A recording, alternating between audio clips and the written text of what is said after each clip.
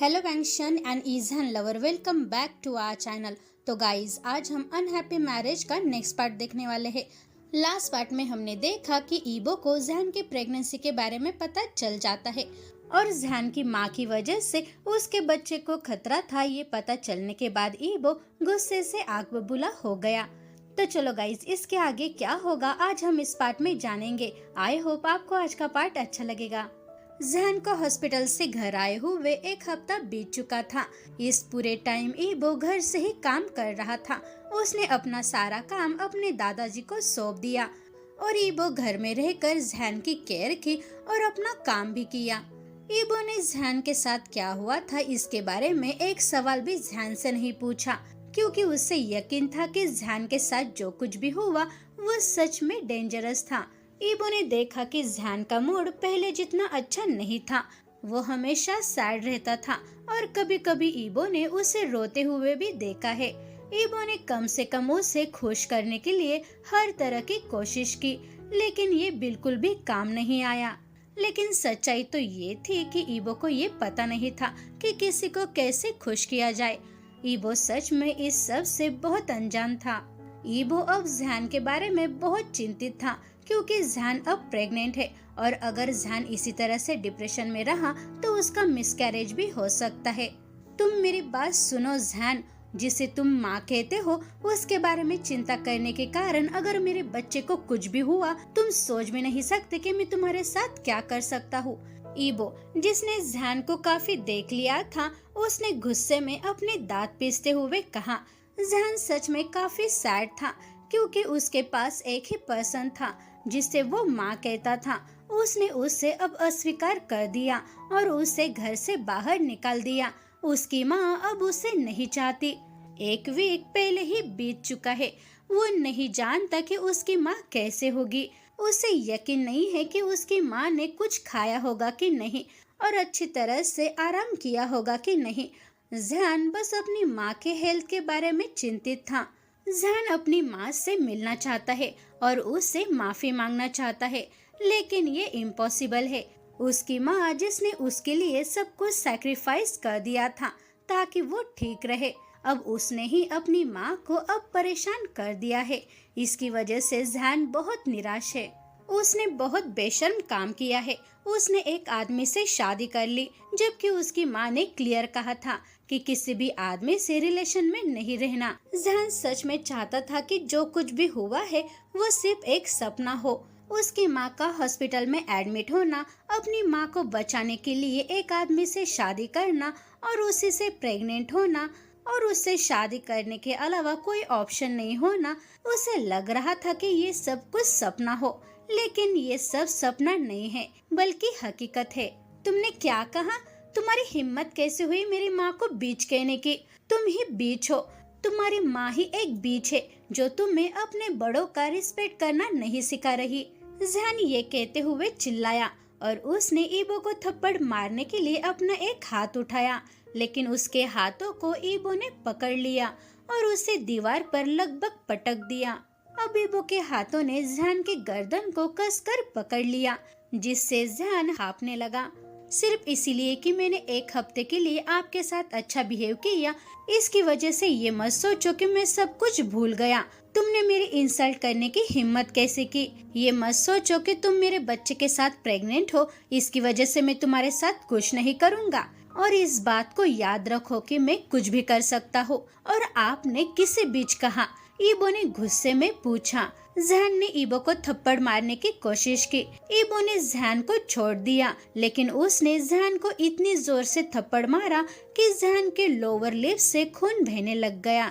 अब बताओ जहन, तुमने किससे बीच कहा? तुमने मेरी माँ का इंसल्ट करने की हिम्मत कैसे की? अगर तुम जवाब नहीं दोगे तो मैं कसम खाता हूँ कि तुम उस दिन के लिए पछताओगे जिस दिन तुम पैदा हुए थे। ईबो ने गुस्से में आग बबूला होते हुए पूछा, लेकिन जहन ने ईबो की बातों का कोई भी जवाब नहीं दिया और वो ईबो से दूर जाने की कोशिश कर रहा था, क्योंकि ईबो ने बहुत कस कर जहन को पकड़ रखा था और इसकी वजह से जहन को घबराहट होने लगी। वो तुम ही थे ईबो, जिसने पहले मेरी इंसल्ट की और अब तुम एक अच्छे आदमी की तरह बिहेव कर रहे हो। मुझे मारो, मुझे मार डालो, मैं तुमसे नहीं डरता ईबो। जहन ने चिल्लाते हुए जवाब दिया। जैसे ही जहन ने जवाब दिया वो डर से कर रहा उठा जब उसका फेस वॉल के कांटेक्ट में आ गया, जिसकी वजह से उसका माथा रेड हो गया और उसके नाक से खून बहने लगा। तुम मरना चाहते हो जहन? तो ठीक है, मैं तुम्हारी इच्छा पूरी कर दूंगा, लेकिन इससे पहले तुम्हें मेरी माँ से माफी मांगनी होगी, इसीलिए तुम्हें मेरे साथ आना होगा, ईबो ने कहा और जहन को घर से बाहर खींच लिया। जहन ने ईबो की पकड़ से फ्री होने के लिए स्ट्रगल किया, लेकिन वो नाकामयाब रहा। ईबो जहन को खींचते हुए लिविंग रूम में आ गया। लिविंग रूम में जो भी सर्वेंट मौजूद थे उन्होंने ईबो को रोकने की कोशिश नहीं की, क्योंकि वो ईबो से बहुत डरते थे। मुझे जाने दो, मैं तुमसे कभी सॉरी नहीं कहूँगा, मैंने कुछ भी गलत नहीं किया, जहन ने चिल्लाते हुए कहा। लेकिन फिर भी उसे ईबो ने कार के पास खींच लिया और उसे कार के अंदर धकेल दिया और दरवाजा बंद कर दिया। ईबो जल्दी से कार के ड्राइवर सीट पर बैठ गया। जहन ने कार से बाहर निकलने की हर एक संभव कोशिश की, लेकिन वो ऐसा नहीं कर सका। वो ईबो के खिलाफ नहीं लड़ सका। ईबो अपनी कार से जहन को वहाँ ले गया जहाँ उसकी माँ को दफनाया गया था। अपनी माँ की कब्र पर ले जाकर ईबो ने जहन को घुटने टेकने के लिए मजबूर कर दिया, जिससे जहन दर्द से कर्राने लगा। उसकी बॉडी में बहुत पेन हो रहा था। उसने ऐसा क्या किया? उससे उस चीज के लिए दोष क्यों दिया जा रहा है जो उसने कभी की ही नहीं? क्या सचमुच इस दुनिया में न्याय नाम की कोई चीज नहीं है? जहन ये सब रोते हुए अपने मन में सोच रहा था। जहन, अभी के अभी माफी मांगो, ईबो ने जहन को उठने से रोकते हुए कहा। देखो, मैंने कुछ भी गलत नहीं किया और मैं सॉरी नहीं कहूँगा। जहन जो अपने आंसुओं में डूबा हुआ था उसने जवाब दिया। इसमें ज्यादा टाइम नहीं लगा। इससे पहले बटलर और ईबो के दादा दादी उस जगह पर आ गए और उन्होंने देखा कि ईबो अपने साथी के साथ क्या कर रहा था। ईबो, तुम्हें क्या लगता है कि तुम क्या कर रहे हो? क्या तुम जहन और बच्चे को मारना चाहते हो?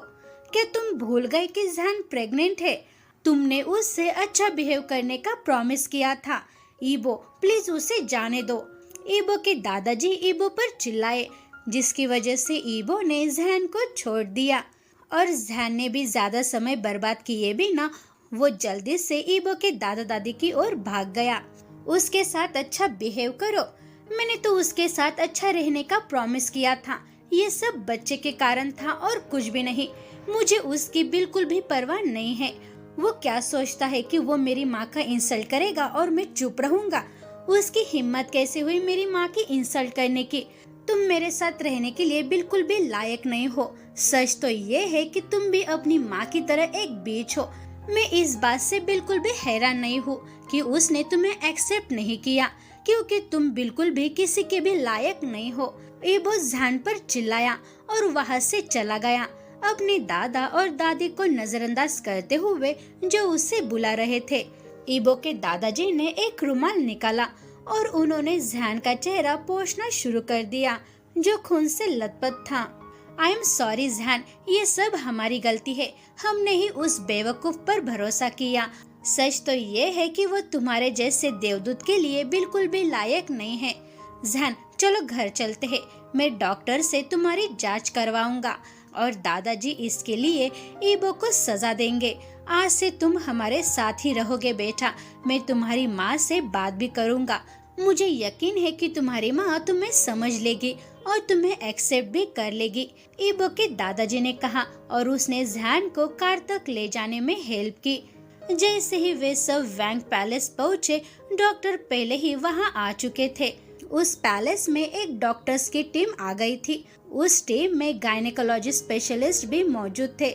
जहन के घाव को ट्रीट करने के बाद गायनेकोलॉजिस्ट ने जहन के बच्चे की जांच की, लेकिन अगर इसी तरह से जारी रहा और जहन ने बहुत टेंशन लिया तो उसका मिसकैरेज भी हो सकता है।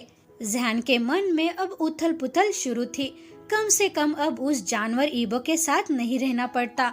ईबो ने उसके साथ अच्छा होने का दिखावा किया, लेकिन सही अर्थों में उससे उसकी बिल्कुल भी परवाह नहीं थी।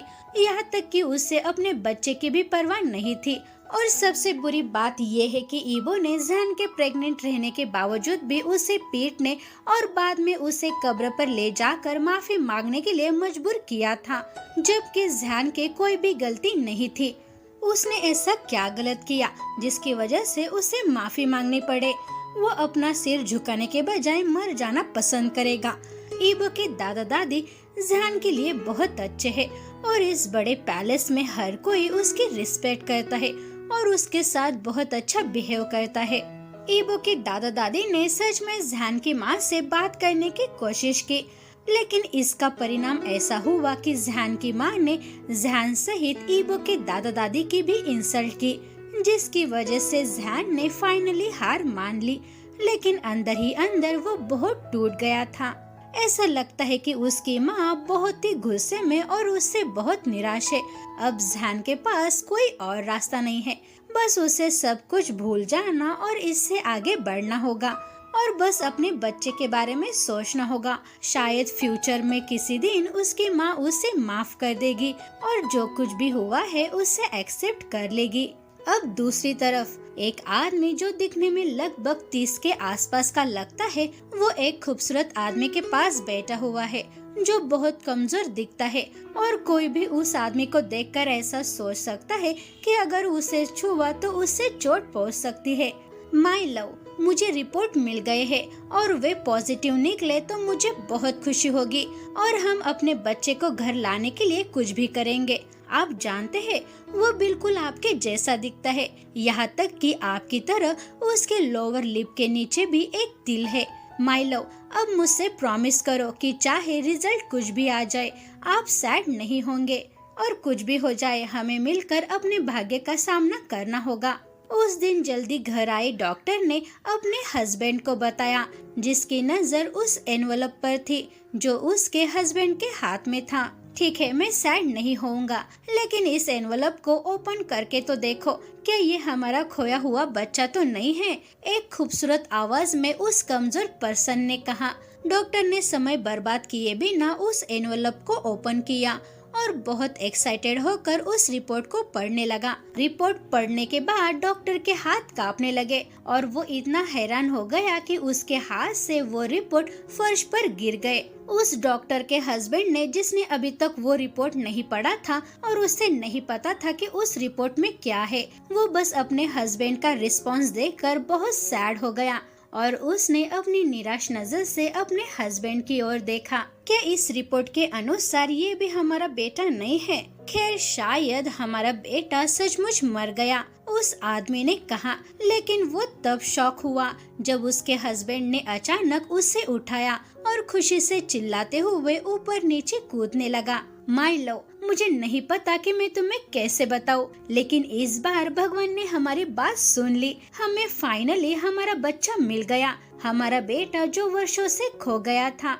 डॉक्टर फटी हुई आवाज में चिल्लाया। उस डॉक्टर का हस्बैंड गोद से नीचे उतरा और वो रिपोर्ट ले लिया और उससे रीड करने लगा। ये दो माता पिता जिन्होंने 18 साल या उससे ज्यादा समय पहले अपने बच्चे को खो दिया, वो दोनों अब खुशी के आंसू के साथ रो रहे थे। आखिरकार उन्हें अपना बच्चा मिल गया। उन्हें लगा कि उनका बच्चा हमेशा के लिए खो गया है। वे इसके लिए वर्षों तक खुद को दोषी मानते रहे, लेकिन अब उन्होंने आखिरकार अपने बच्चे को पा लिया।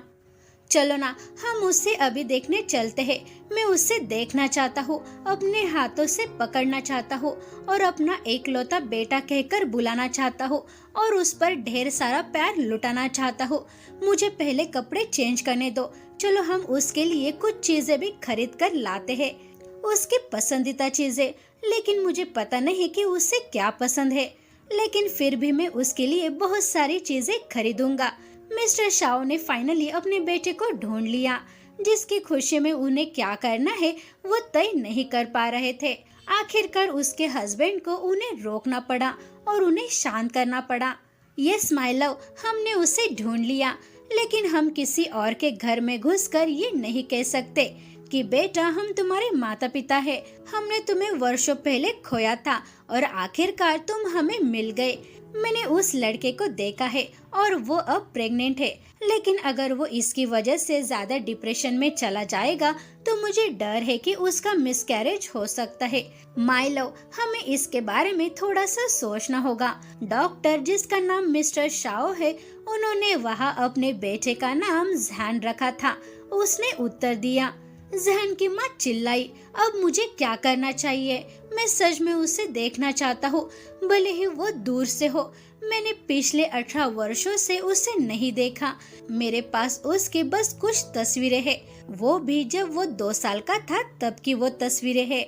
हम उसका दूसरा बर्थडे मनाने वाले थे, लेकिन हमारा बच्चा गायब हो गया।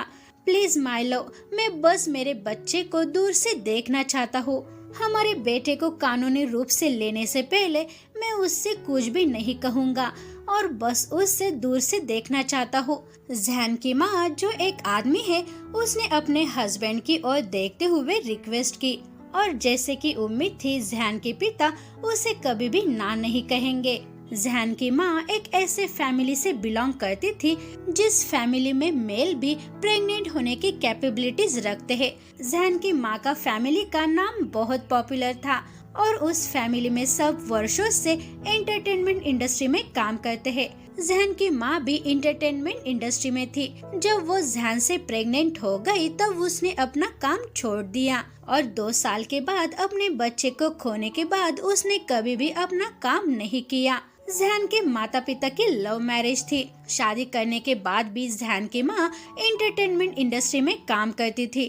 जैन की माँ बहुत खूबसूरत थी और वो उस समय बहुत पॉपुलर भी। लेकिन फिर जैन के गायब हो जाने के बाद उसकी माँ को एक बहुत बड़ा झटका लगा। उनकी छोटी सी फैमिली थी और अपने बच्चे को खोने के बाद वे दोनों बुरी तरह से टूट गए। फिर जैन की माँ भी पहले जैसी नहीं रही। उन्होंने अपना करियर बंद कर दिया और तब से वो घर के अंदर ही रही और कभी भी बाहर नहीं गई। जैन के माँ के परिवार ने जैन के पिता के परिवार के साथ मिलकर खोए हुए बच्चे को खोजने की पूरी कोशिश की, लेकिन कुछ भी अच्छा नतीजा नहीं निकला। ऐसा लगता है कि छोटा लड़का हवा में गायब हो गया और अपने बेटे को फिर से पाकर जैन की माँ मुस्कुराई और उसके चेहरे पर की स्माइल ये रियल थी।